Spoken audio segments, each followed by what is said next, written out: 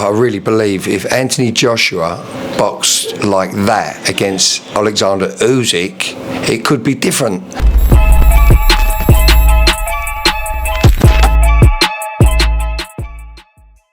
This is Jonathan Agoff here for Pro Boxing Fans, joined by Mark Tibbs here at the Origin Gym in Raynham. Mark, a lot of boxing happened on the weekend, but let's start with one of your guys. You had out your call. Just tell the fans a bit about him, because every time I come down here, you seem to add a new person. Well, Ahmed Atem is a lightweight. He's a very, very good box fighter. It was my first time with him on Saturday, so it was new to me. I've worked with him for a couple of months in the gym, and he's got a really good heart and all them attributes of that a champion needs. He had a southpaw initially, training for a southpaw, and we got ready for the southpaw. Then that guy pulled out 2 weeks prior to the fight, or maybe even been a week. So his manager Mickey Moo of Streetwise Management done his best to get an alternative, and he got another southpaw for him. Credit to him, but he was a bit big and very experienced, 40 fights. One half of them, and so the guy knew what he was doing. Atim's opponent. So yeah, it was a testing fight for him, a very good fight for him, and come through with flying colours. He was a little disappointed with himself, but with the guy he fought on Saturday, he has to box a little bit more instead of fighting. You got to fight at the right times with certain fighters, and I believe that I will get him boxing and enjoying his boxing and believing in his boxing, and before he holds his feet and lets his shots go, which he likes to do. He's going to have more longevity that way around. You know what I'm saying? Now, before we talk about the rest of the guys here in the gym, I do want to ask you about what happened on Friday. Joshua stopping Ngannou in 2 rounds. Were you shocked? Do you know what? No, I weren't shocked, because Joshua, his best work is when he's hard, fast and first. Do you know what I mean? Because he can punch, he's fast, he's 2-time world champion, and he's been in with them all and been an Olympian too, gold medalist. So listen, he's fighting a one-fight novice, but I will shoot it from the hip. He did throw me in Ngannou the way he handled Tyson Fury, but deep in my heart, I knew that Fury. I wasn't there, but I knew that something weren't right in his camp, or he hasn't knuckled down, and therefore he had a very, very bad performance against Ngannou. So no, I wasn't surprised. I say I wasn't surprised. I wasn't surprised Anthony did that number on Ngannou. But if Ngannou would have landed, you know what I mean, we wouldn't be talking like we're talking now. So yeah, credit to Anthony Joshua for getting his measure and blowing him away in emphatic fashion. All the talk after was about the Tyson Fury fight, and Fury kind of said, listen, styles make fights, and that style that Joshua has is perfect for me. I think he said it kryptonite or something. But when you look at that fight, is Fury got a point that style is perfect for him, or how do you look at that? Yeah, well, listen, look, a lot of non-boxing people were tearing my ear off in another gym I train at, a leisure gym where I train and do some swimming at. Yeah. And so I was getting that from them. But listen, you've just got to look at. Listen, I really believe if Anthony Joshua boxed like that against Oleksandr Usyk, it could be different because of the size and the power he's got. Instead of trying to do some fancy shit with Oleksandr Usyk, no one's a better boxer than him. So what you have to do is because of his size and his power, is use his attributes. Anthony's attributes. It could and should be a different story, but he's beat him twice already, and the man's just like Tyson Fury. He's a quality. Well, quality is an understatement. He's a superior boxer, and I believe Tyson Fury is as well. And the size gives him the advantage over Oleksandr Usyk, in my opinion. Yeah. Well, what about Fury and Joshua? Is it a closer fight now than you may have thought, or? Well. Still styles make fights. Tyson Fury is a very good boxer. You know what I mean? And he literally climbs in people's heads before they get on the scales. I'm not sure he could do that with Oleksandr Usyk. It's questionable whether he can do it to Anthony Joshua. But Anthony Joshua, if he fights like he did, he would probably, be a very dangerous against Tyson Fury. But I just feel that Tyson is just, like I said before, him and Oleksandr Usyk are superior boxers, and that is it. But listen, AJ been a world champion and been a gold medalist, so they're all. Anthony's getting back where he was, and it's thriving everything up for our sport that we love. Yeah. And Ngannou, is there still some fights left for him, do you think? I mean, some people talked about the Dillian White fight, Dubois, things like that. What do you think? Well, I remember, I never knew who Ngannou was when I was with Dillian, and he was talking about that fight many moons ago. I reckon it could be 6-7 years ago now. So I never knew who he was, and I thought it was a joke. And but then it is what it is. But is there any fights for Ngannou? I'm sure there will be. And he has got a great catch counter left hook in what he did to Tyson Fury. So he's dangerous. He's got to get off first and catch you right. And against superior boxers, they generally don't. You know what I mean? Right, enough of that. Back to your gym, Johnny Fisher. We're obviously out there in Vegas, and he blew away that guy in a round.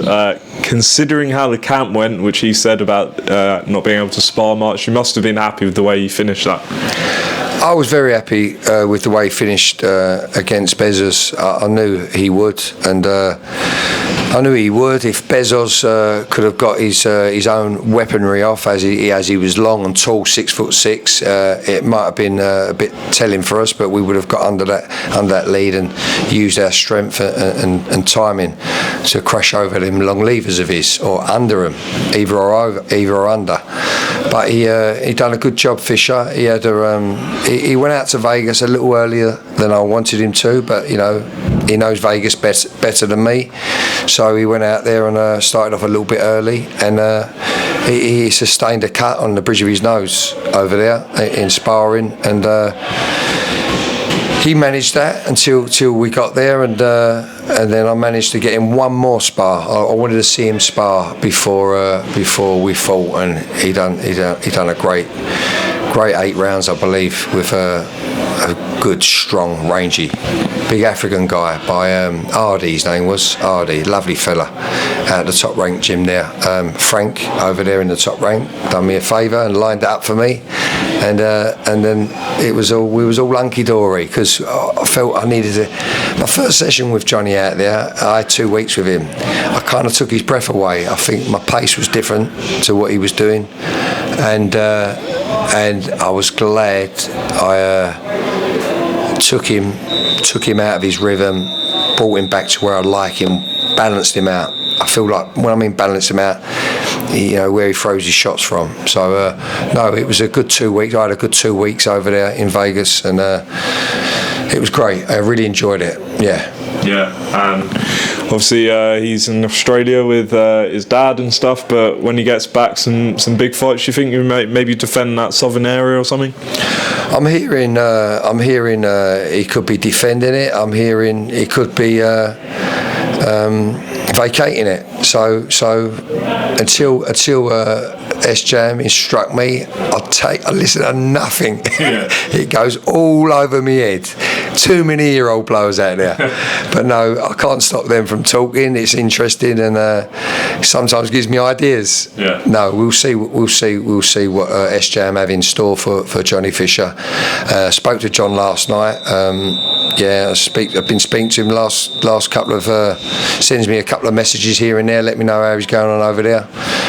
And Australia's a lovely place. I went there in my 20s with my wife, and it's a cracking place over there. And he might not want to come back. He's still training. I've seen whilst he's out there. John Hedges, great stoppage win last time out. Great cruiserweight debut and response to that hand injury.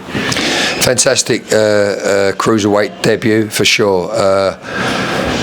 Tactically perfect, and just what we had in mind, and good win for him, and he's very good at.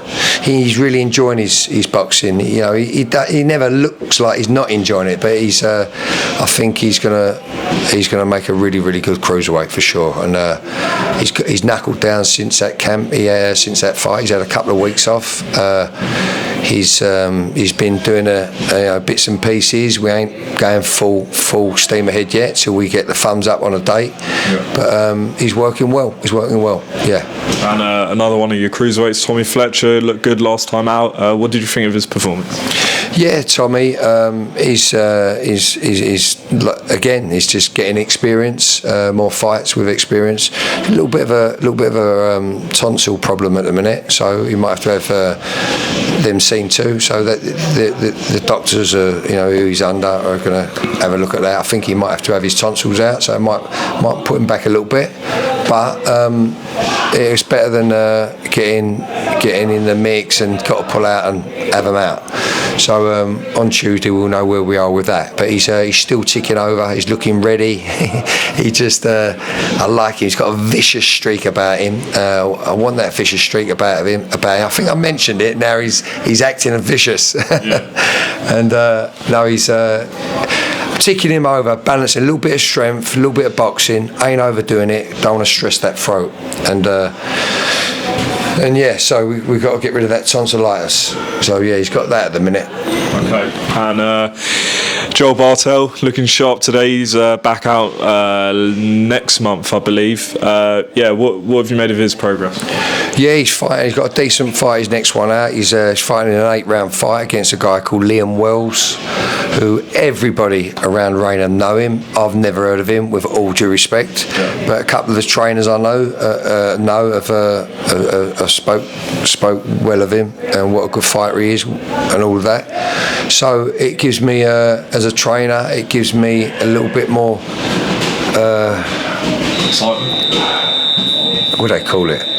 Purpose. Yeah.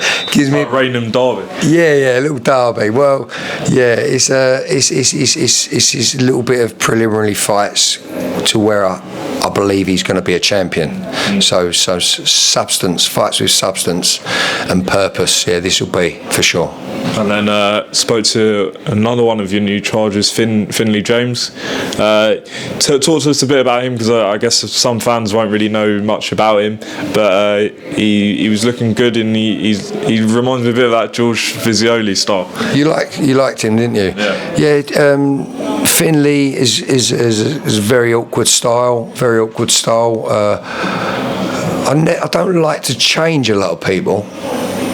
And I like to keep a bit of them and add to them, but I want to change him because amateur boxing is very different to professional boxing, and he has to be equipped in certain areas. But his last few sessions, you just see him yourself, how he frames up, shapes up, and how he operates. And I really like him. I think he's a little bit of a slow burner, and but he'll get there, because I've really chucked him in at the deep end a few times in here and out on the road. I've been to Loughborough University, sparred with some 10-0 box fighters with power.